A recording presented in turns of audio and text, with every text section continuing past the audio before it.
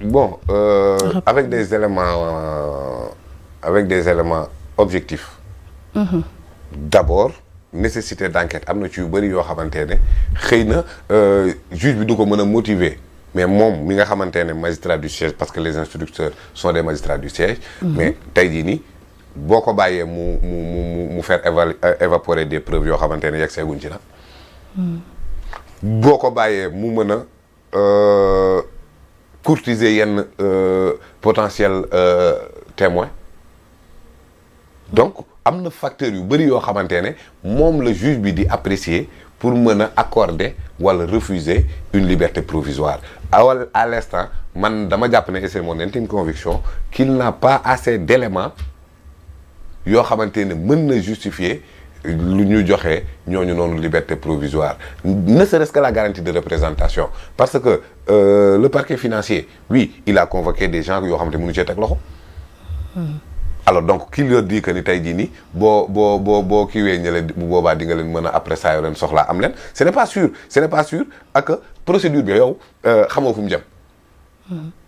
mën na ci biir mbir yi am yeneen yoo xamante ne moom bu nekkoon sous les liens de la détention il ne pourrait rien contre et que les juges du parquet financier mënoon nañ yegg ba foofu noonu donc il y a un ensemble de facteurs boo xamante ne. ak am na sax ñuy évoquer comme si kat bu génnee mën na. bu dee ne selon si liñ koy toppee quoi liñ koy jiiñ ne moom liñ koy tuumaal mën na dissimuler preuve wala mën na wax ak ñoo xamante ne bii ay ñu waroon a doon témoin témoin et cetera am na ñuy évoquer loolu mel loolu yëpp c'est vrai donc kon oui kenn yéenewul kenn prison mais nag quand même il y a des éléments factuels yoo xamante ne pour man mën na justifier ces refus là. D'accord. Et que bon voilà tey jii nii Adama Fall nee na kenn waru koo téye pour 70 000 certes peut-être appréciation am la mais ici on parle de beaucoup de millions là. Et que ñu fàttali ne procédure yooyu noonu du ay procédure de reddition des comptes de. D'accord. Parce que parfois j'ai l'impression que ñenn ñi dañ koy fàtte lii ay nit ñoom ñoo leen porter plainte. Donc quand ay nit ñoom ñoo leen porter plainte ce ne sont pas des procédures initiées par l'État du Sénégal yu conformément ak ñenn ñi ni ñu ko bëgg a xalaatee bokkul ak ay kaaw Ismaïla Madior Fall ak ñoom kii nu mu tuddati comment il s'appelle encore ñoom Moustapha Diop xale xaalis et cetera. D'accord ñu ñëw ci leneen li nga xam ne nii tamit moo di Sonko et la diplomatie panafricaine gis nga nag ne mu ngi woon ci sous-région bi gannaaw nag ba mu daal di demee ci yenn dëkk yoo xam ne nii yu bëri gannaaw ba mu demee ca Côte d'Ivoire dem ca Guinée ba daal di dem ci Sierra Leone loolee naka d'abord nga ko jàngatee visite yooyu le mu def sur le plan diplomatique. waaw xam nga Ousmane Sonko et le panafricanisme je pense que c'est une longue histoire. Les gens ci li nga xamante ne jot na koo bind li nga xamante ne jot na koo wax ci ñëpp wala boog ñi ëpp accepté nañ que ni dafa am approche panafricaine moo tax à un certain moment donné bu nit ñi di tudd turam di ko accolé ak MFDC da ngay xalaat ne sax ñii est-ce que ils jouissent de toutes leurs facultés mentales pour quelqu'un qui te dit de toute sa carrière politique que Afrique dañoo war a am une large fédération Afrique dañoo war a booloo am benn approche panafricain de sa politique nga ne léegi kooku moom moo amaat en bas benn idéologie séparatiste loolu vraiment c'est ne pas trop réfléchir maintenant au cas par cas wala benn analyse globale xam naa ne au cas par cas ça va être compliqué par rapport que temps bi mayuñu ko mais par exemple globalement fi mu jaar yëpp déjà ce ne sont pas des voyages yoo xamante ne daf koy def nii rek dans le cadre d'un tourisme diplomatique il a eu des conventions sur le plan sécuritaire. Hier foog naa Sierra Leone xaw ma kii dem na visiter ay mines yu nekk foofu noonu. Donc am na ay yoo xamante ne c'est un peu du benchmarking étatique. Maanaam di voir ce qui se fait ailleurs ak ñooñu expérience yi ñu am ci kii bi Afrique de l'Ouest ñun li ñu boole foog naa ne dafa am lu gën a supérieur suñuy divergence AES CEDEAO li ko supérieur loolu noonu jàpp naa ne c'est l'aspect sécuritaire et que Ousmane Sonko effectivement li mu signé en termes de convention au Burkina ak feneen sur le plan sécuritaire loolu amul lenn loo xamante ne tey jii du ñu ko rafetlu ku xam danger bi constituer la criminalité transfrontalière am na benn bu ma ci kii boo xamante ne c'est un peu bizarre Mame Khady en Côte d'Ivoire les gens disent que Ousmane Sonko n'a pas été élégant d'aller voir Laurent Gbagbo.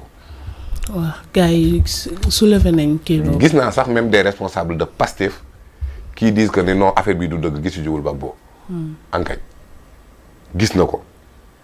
Mame Khady boo fàttali ko fan yële Ousmane Sonko préparé woon na pour dem Côte d'Ivoire. ba le pathétique journal là confidentiel xaw ma lan. naan Ouattara convoque Ousmane Sonko. C'était pas faux il devrait aller comme nii mu demee nii en Côte d'Ivoire. mais dafa wax ses contacts qui sont là-bas. que ni bu ñëwee day gis Laurent Gbagbo. parce que am nañ lu ñu yàgg a seq am nañ fu ñu yàgg a taxawante. ñu ne ko non mënoo koo gis et il a annulé son voyage. parce que loolu ñu ko refusé de voir Laurent Gbagbo. te moom daf ko waroon gis parce que am na lu mu seq ak moom. looloo taxoon mu annulé bële na la bu njëkk ba. alors bii ni comme que ñoom ñoo ko soxla il faut que les gens le sachent ñoom ñoo ko soxla looloo tax moom bi mu posé condition ba gars yi bañee condition boobu il a annulé le voyage ñoom ñoo ko woowaat. et woowaat boobu noonu c'est la validation tacite de kii nga xamante ne kóllëre réewam la. mu dem au-delà parce que boo xoolee fii nii amul dara lu officiel. c'est une visite privée bu nit dem seet maanaam amul protocole étatique amul dara lu solennité lu nekk fii nii bi mu koy seeti donc kon pour gars yi comprendre parce que dama gis ay responsable Pastef yu naan xaw ma lan visite bi seetiwul Gbagbo kañ seeti na Gbagbo te ñàkk a bañ a seeti Gbagbo buñ ko bañaloon moom moo taxoon mu annulé woon bu njëkk bi. tey effectivement sur le plan des enjeux géopolitiques économiques Côte d'Ivoire moom moo soxla Sénégal Côte d'Ivoire ak Sénégal naam ku ci nekk nag c'est le rendez-vous du donner et du recevoir on est d'accord mais malgré tout ça ñoom ñoo gën a am yitte ci ñoom donc nag Alassane Dramane Ouattara ce n'est pas benn monument de la démocratie hein Ouattara ah oui non il a exercé un coup d'état constitutionnel lui aussi. mais boo xoolee sa réponse en Guinée par exemple bi ko journaliste RFI bi ne ko way fii dañuy note opposition bi devant l'autorité guinéenne wax ne ko yow en tant que démocrate xaw ma lan jëm koo kiiwaale ne ko lan ngay wax ci situation wu démocratie bii ci Guinée. mu ne ko sama visite bi. sama yoon newul ci loolu. sama visite bi. c'est et d'ailleurs il a donné un exemple éloquent mu ne ñun au Sénégal. am na ay acteurs politiques yoo xamante ne ñu ngi leen di qualifier de détenus politiques alors qu'ils n'en sont pas un mais quand il a évoqué l'aspect pénal maanaam les réalités locales yi nekk fii nii ñun duñu ci wax parce que respecté nañ souveraineté loolu dama ko bëgg a waxaale cour de justice CEDEAO parce que ñoxoon njaay rek ñu commencé ñoom it di dugg ci yoo xamante ne ci ay aspect souveraineté jàmbur te il en a parlé du panafricanisme des peuples CEDEAO le moins que l'on puisse dire à la CEDEAO mooy dafa mës a nekk un syndicat de chefs d'État il est temps que mu nekk kuy jël en compte les préoccupations des populations parce que Guinée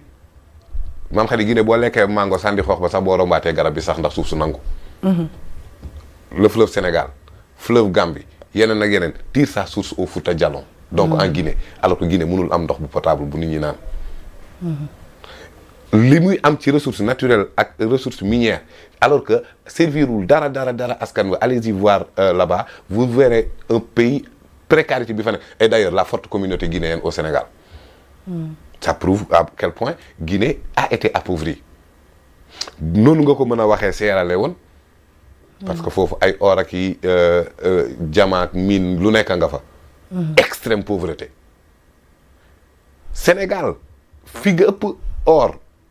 Kédougou mais dem leen foofu noonu ngeen def seeni reportage vous les journalistes ci situation bi nga xam ne population autochtone yi ñu ngi fay dund boo demee Fouta tey jii nii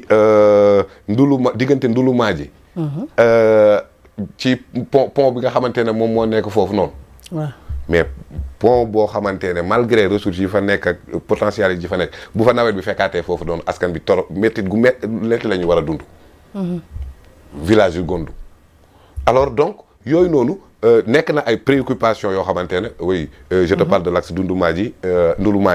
ak Dande Maayo pont bi nekk foofu noonu askan bi mi ngi koy jooy autorités yi nañ dem xool loolu noonu alors donc préoccupation yooyu noonu ñun ci suñu biir mën nañ koy régler lante suñu biir par une coopération efficace par une coopération panafricaine te man jàpp naa ne le premier ministre Ousmane Sonko dafa nekk une chance pour ñooñu parce que loo mën a parce que bon ñun ñii moom si sumaan yeeg nangam yi ñu ngi fii et cetera mais foofu noonu boo yeggee da ngay xam ne askan bi dañoo jox respect kii dañ koo jox respect dañ koo jox considération léegi les gens parlent de jet privé waa grave continue jet privé allez-y waxal non mais parce que xam nga déjà gis benn avion bu taxaw ci ginnaaw waa ji rek nga ne way waa ji dafa loué jet privé nangam ma ne c'est comme yow posé am na loo ci laajte ci Facebook bi. mais voilà c'est-à-dire laajte ak accusé bokkul. laajte ak accusé bokkul parce que yàq moom xam nga lan la mooy. li muy dem di wuti est-ce que jar na ni